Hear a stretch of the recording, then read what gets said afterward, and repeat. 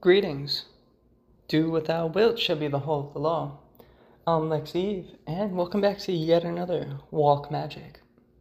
So yeah, I've been on hiatus lately. I've been extremely busy with work, art, a bunch of projects. Videos are still going to come out. They're going to come very few and far between.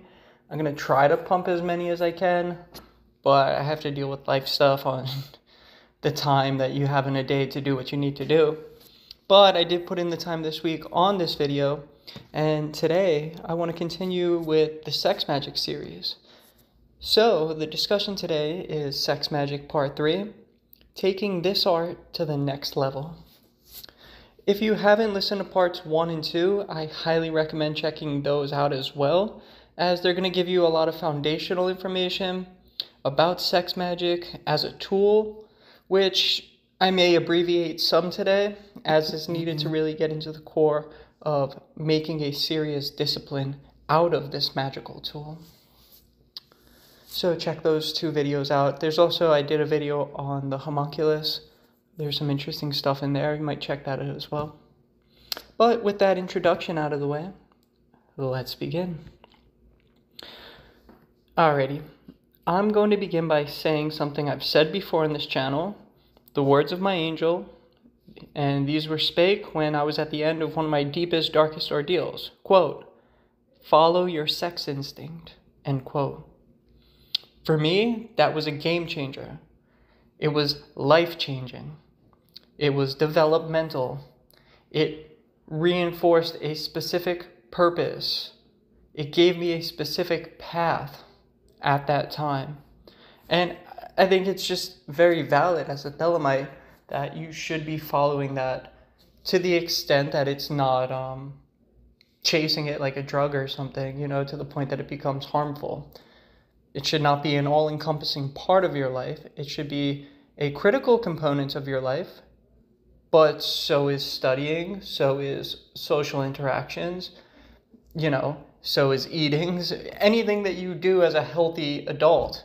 All of those components are, different aspects of your magical path. Saying will before you eat a meal is a magical act. You're putting the food into your body so you could do the great work with that energy, whatever that is for you, whatever your will and your true will are, right? So you don't want to be chasing instant gratification. That's the complete opposite of this art. That's a path of self-destruction. This is a path of creation. And what you're creating is a healthier, more disciplined you. You're going to use your energy in a magical capacity to strive towards union and a bunch of other things we'll get into. Okay? So now, just to continue with my script, I've said that quote, "Follow your sex instinct," several times on this channel. But what does that mean? Let's go a little bit more into it. So I'm going to draw off of Crowley just a little bit. Paraphrasing. Every sexual encounter we experience with a partner should, in fact, teach us something about ourselves, whether it's a one-time event or an ongoing committed relationship, or something more complicated. Whatever the case, one should be learning about themselves and their angel through the soul and the interaction with that other person. Emphatically, I say that if you stop growing with a partner, your karma with them may very well be done, and it may be time to move on. It's a good indication that if you're engaging in sex magic as a magician, you're living a magical life, you're walking a magical path, you have a partner, and your life is stagnant, you're stagnant through interactions of all different types, and you're no longer growing with that person, it's a good indication that maybe this is not necessarily the right person. Maybe it was, but maybe it's run its course. So it's something to take a look at. Following one's sex instinct, in my opinion, is going to guide them through life. With this should be deep introspection and mandatory written inventories of any and all experiences that you've had with partners, what your ideals are, what you think at the present your ideal relationship is. If you know what you need in a partner to help you feel like a more complete individual, right? They always say, like, this is my other half, you know. What is it about another person that your will is to unite with them? What is that component that you don't have that you're looking for in that other person, right? There's some type of completion through the union of the two individuals. All of that should be well thought out, and in my opinion, written down through inventories. And what I did, right? I looked at all of my previous encounters from the first one when I was a teenager up until the present before I got into my current relationship, and I looked at what was that experience like with this person? Who was I portraying myself as, right? I was in the closet at the time, trying to pretend to be a straight white male. And so, of course, I was learning that was very uncomfortable for me to engage with women.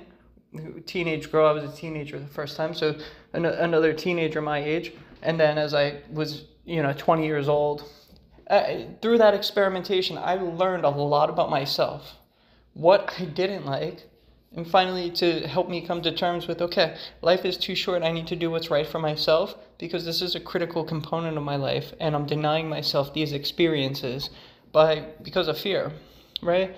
So actually looking at each and every single encounter I had, what worked, what didn't work, and what could I take from that experience to propel me towards the next one that hopefully will be better and more appropriate for who I am based on my nature.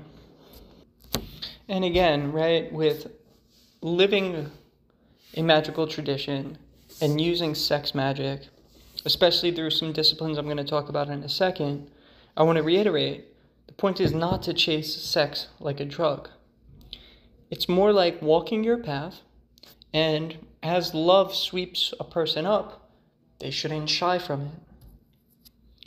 Of course, ethics and boundaries apply, right?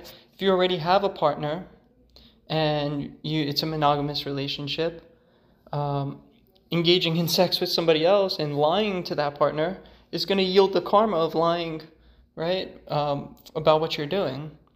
You'd be better off to express to that partner that you are feeling something for someone else and work it out with them beforehand, whether that is temporarily, say, open your relationship, or you to decide that you're going to ignore this new person who has kicked up your feelings, again, based on what you think your will is, not mistaking lust and want for the gratification with one's will, right? Lust and instant gratification, well, that could be your will. Maybe you need to experience that. Maybe you need to experience hurting somebody, because then processing how you hurt them and their reaction towards you hurting them is going to help you ultimately grow. But there's ways to not go through that experience and still grow, right? I mean, it's a karmic thing. Point is, you're better off not lying to the partner, because you're going to breed karma from that act of lying, deception. You are much better off being honest. And hey, if that partner decides, I want to depart, right? And if you feel that you need to go engage with this new person, this relationship's over, well, you're better off ending that relationship, and if you feel it's appropriate, right? You really need to consider, what's your will in that situation? Don't just leave a good person in your life because you think your will is to go unite with somebody else, when maybe that's not the case. You really need to know yourself in that situation and what you need, right? And why you're doing what you're doing. This is no simple matter. Yes, it is simple. I think we all know exactly who we are deep down, but there's so many complicated feelings, fears, a whole array of things that complicate it, right? And part of magic is to remove those complications. I often say the process of attainment, climbing one's initiatory path, is decluster fucking oneself, right? Every number is infinite, yeah, but some people are very complicated, dense, very high numbers, and we're trying to get back to that unity, that Ein Sof, that zero, right?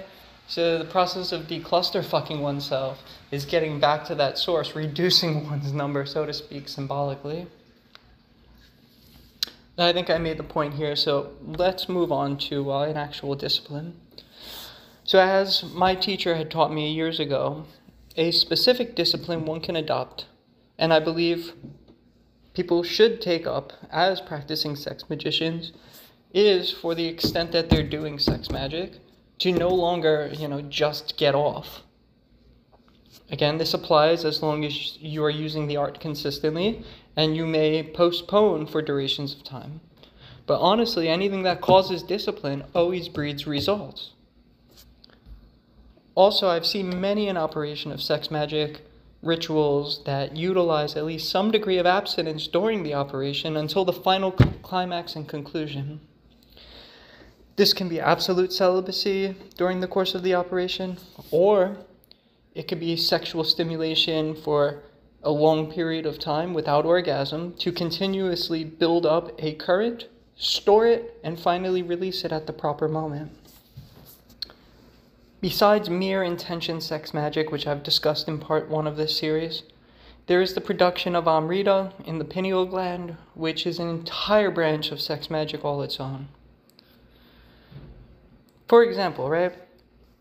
In India, I don't know about today, but through ancient texts and reading Western texts and, all of that stuff, yogis were they're still taught to be celibate, to control their sexual desires and even restrain stimulations altogether, specifically for the duration of their early training, if not told for the rest of their life, to live detached and to not engage in any sexual pleasure amongst other things. So the practice I'm talking about is sometimes known as Brahmacharya, or Brahmacharya, however you want to pronounce it. I believe Brahmacharya. Those few who do advance to adepthood, I've often read, it's thought that once they begin such sexual trainings, that years of built-up energies become ripe in the maturity of their abstinence. Now, while this narrative is a little sketchy at best, there is value in what I'm saying here. As when one can produce the proper state of consciousness, certain energies and chemicals can be released, causing certain desired effects.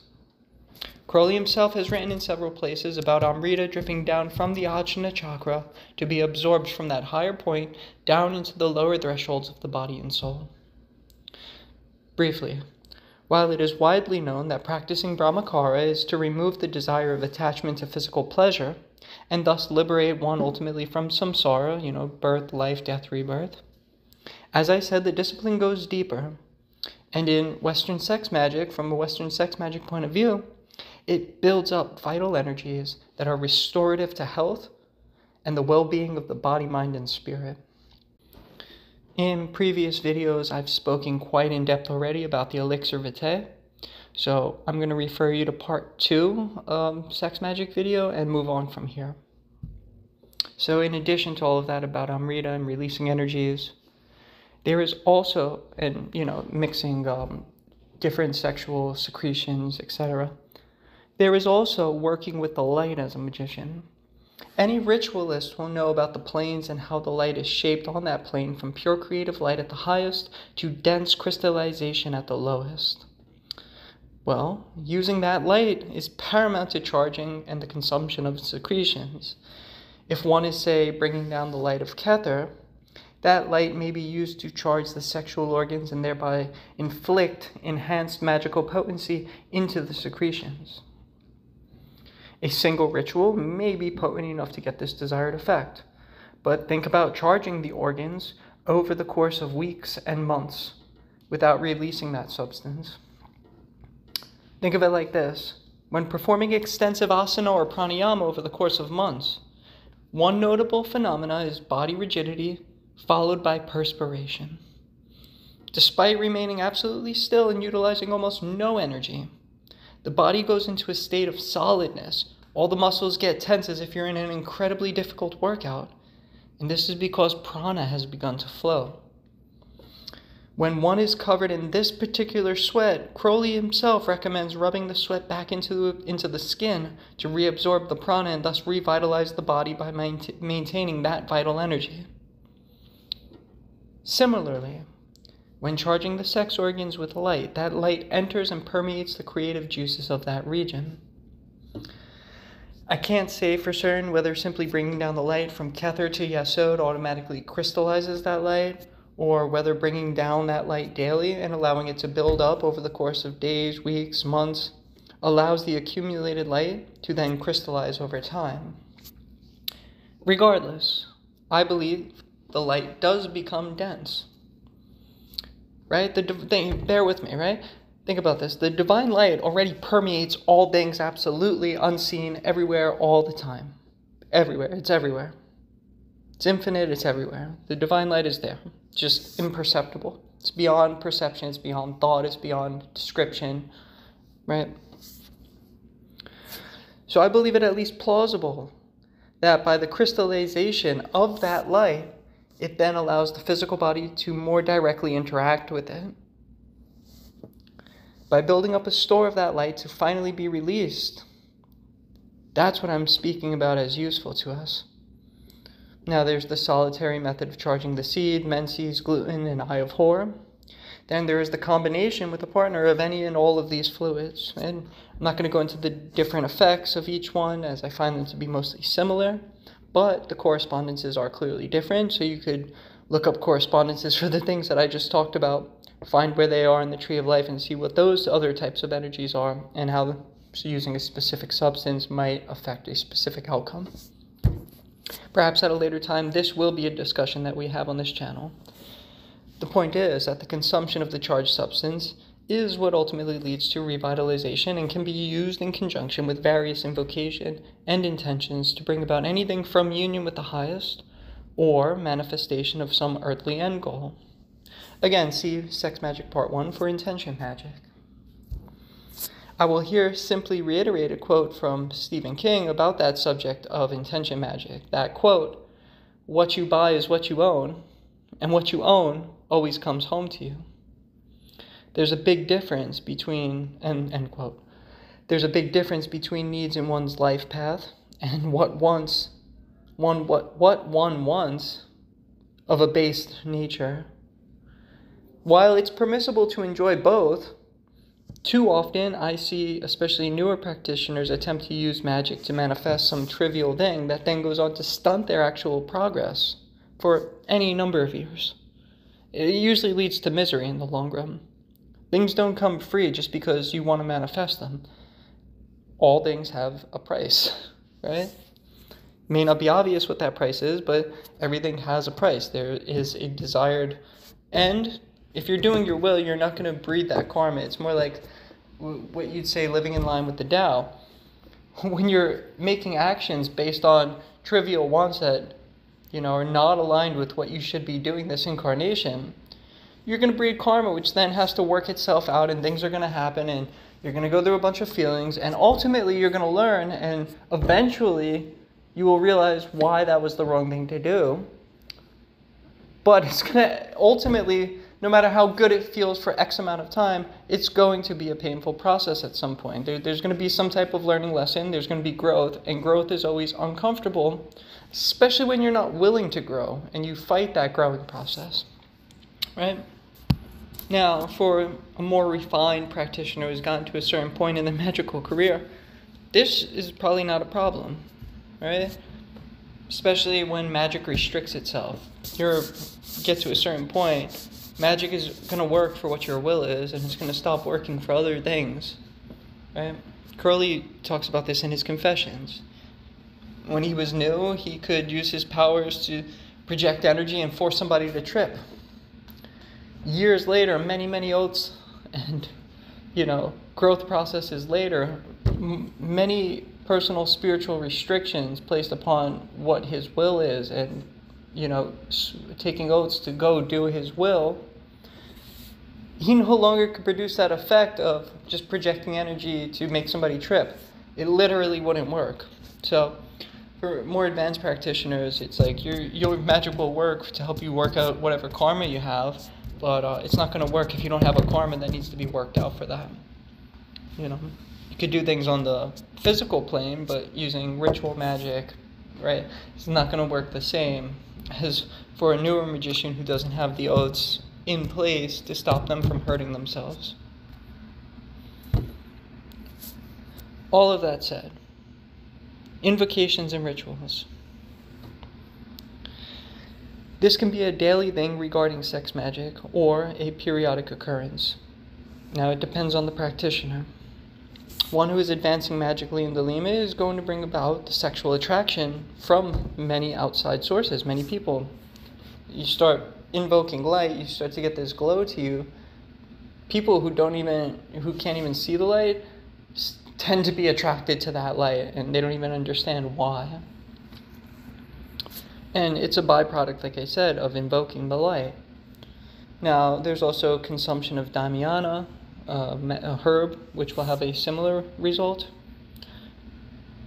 Crowley himself used sex magic in his diaries from 1914 to 18 in NYC, a total of 309 times with various intentions. And I just want to mention one or two of those as a good example of a serious discipline here.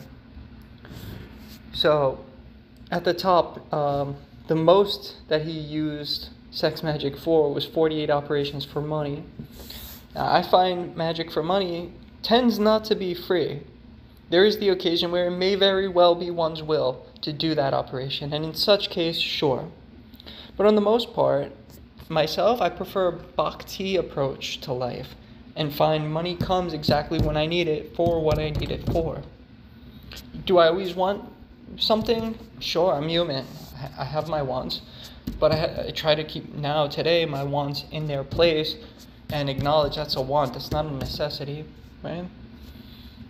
We should ever strive to more, but be realistic about, what am I neglecting as I strive for more of something, right? If you're trying to get more of one thing, you can't do a bunch of other things, so you have to put your time, you have to prioritize. So the operative word being need. There were 40 operations by Crowley, praise to Pan. And even though it's been a while, working with Pan, especially in a sex magic capacity, was always a favorite of mine. Pan, Greek word for all, Pan, the god, corresponds with path zero, Ein Sof.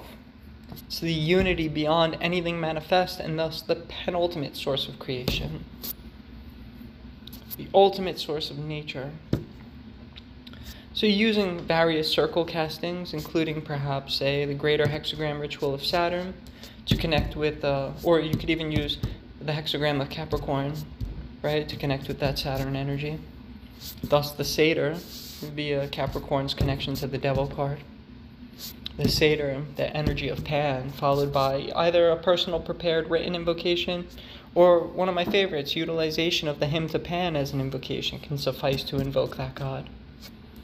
And depending upon one's gender, Pan can thus be invoked either into oneself or a solitary practice, or into one's partner for a conjoined operation, or oneself to engage with the partner. Depends what role you're playing. Think it out, There's no set rule here. Pan is all, so Pan could be very versatile, right? And so you could use that energy in many different ways. Now, using any type of sex magic, specifically let's stick with this hymn to Pan. The mind of the magician or magicians, thus involved, should be solely upon praise and worship to Pan via the act of copulation.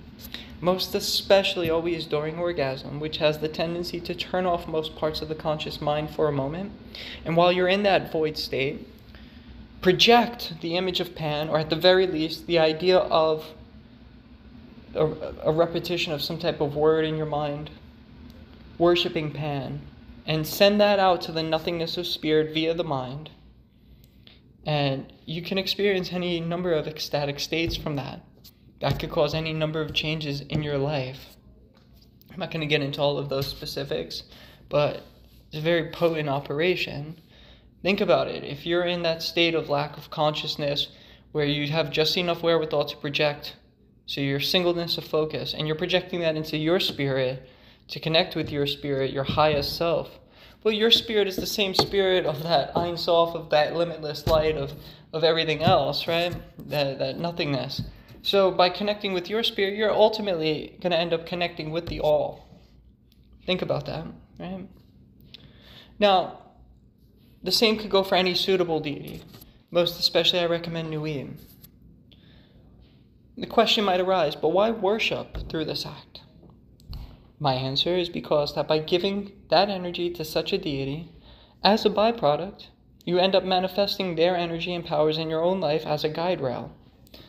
As I said, you're also, depending on the deity, can very well connect with spirit, and by connecting with spirit, you connect with all of spirit, right? Connect with a very higher plane. Then, of course, there's the Holy Guardian Angel, which let's not overlook. One should see the hand of their angel at every moment in their life, shaping the very path they walk upon. Every thought, word, and deed should be towards the end of union with their angel. Every single event in your life should be thought of as a gift bringing you closer to the angel if you are willing to walk that path.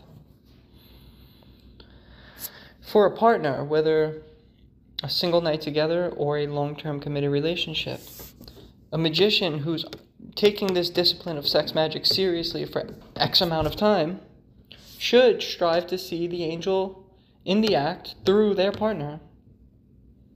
And this could be 24/7 outside of the sex act, but it's most especially true during the sex act, as the union can most especially, with the angel, can take place if one has the capacity to see the Holy Guardian Angel in their partner in all things. It's going to lead to that union. You start to see your angel in all things. You see that hand. You see it's guiding you towards whatever you need to be doing this incarnation. Yeah, if you have eyes to see and ears to listen, the messages are there. They push you in a specific direction. Think about the chemical wedding and the lover's card of tarot, a form of 0 equals 2, right? Think about those things in regards to communing with the Holy Guardian Angel. Finally, this leads us right into ethics regarding partners. First off, try to learn detachment. While love is an attraction and force brings 2 or more things together to create a new thing by their mixing, as magicians, we must ever be vigilant over not lusting after results, but also causing ourselves hurt and karma by becoming attached to that which is impermanent and going to inevitably change into something new as time flows and matter changes, matter morphs, evolves. Regarding sexual partners and ethics, how many people go crazy because someone they love wants to leave them? How many people stay in relationships after they have run their course simply because their ego has turned that partner into an object that they think they possess? Once love has run its course, it's best to be honest about it and move on. Else you're going to breed new karmas that will later have to be worked out until you learn this lesson, not to become attached to that which is going to inevitably dissipate and change. Think of the wisdom of Liber L, chapter 1, verse 41, quote, "The word of sin is restriction. O man, refuse not thy wife if she will. O lover, if thou wilt, depart. There is no bond that can unite the divided but love. All else is a curse, accursed. Accursed be it to the aeons. Hell." End quote. The comment to that passage, one little sentence, a very small portion of that, very long comment on that verse. Quote, "The sexual act is a sacrament of will. To profane it is the great offense. All true expression of it is lawful." End quote. It's always going to come down to do what thou wilt should be the whole of the law. And love is the law, love under will. Life is too short for us not to be doing our wills.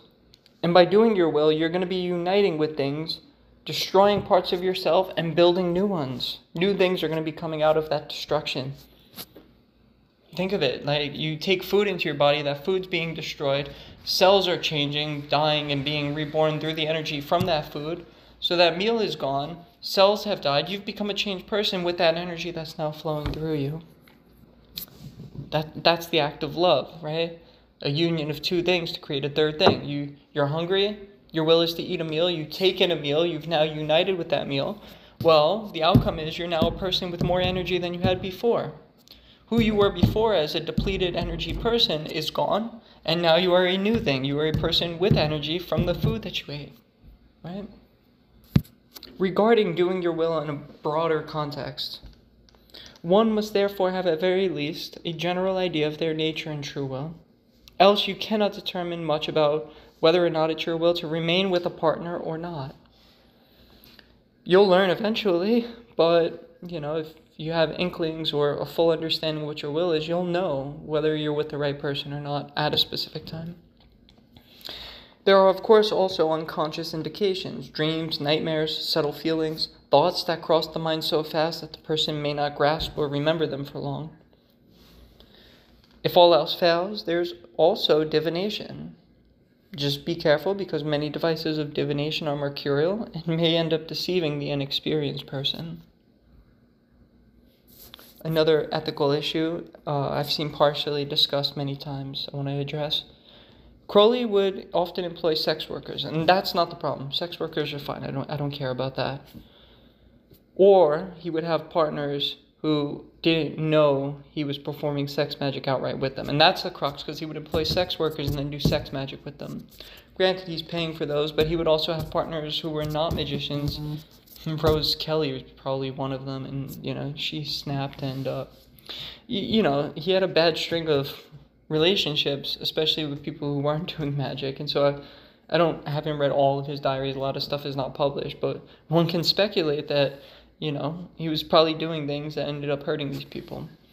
After all, many invocations can be done silently in one's heart without anyone present being none the wiser. But is it ethical to use a person for one's own magic? Can that be the magician's will? Can it be the will of the person being used to be used?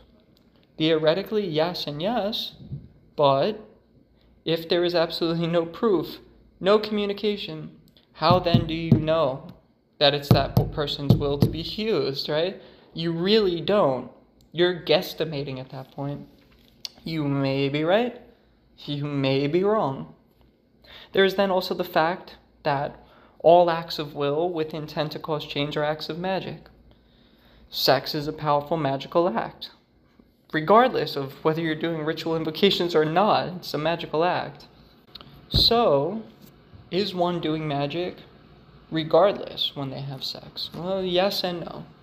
There is the matter of the lack of invocation, charging, etc.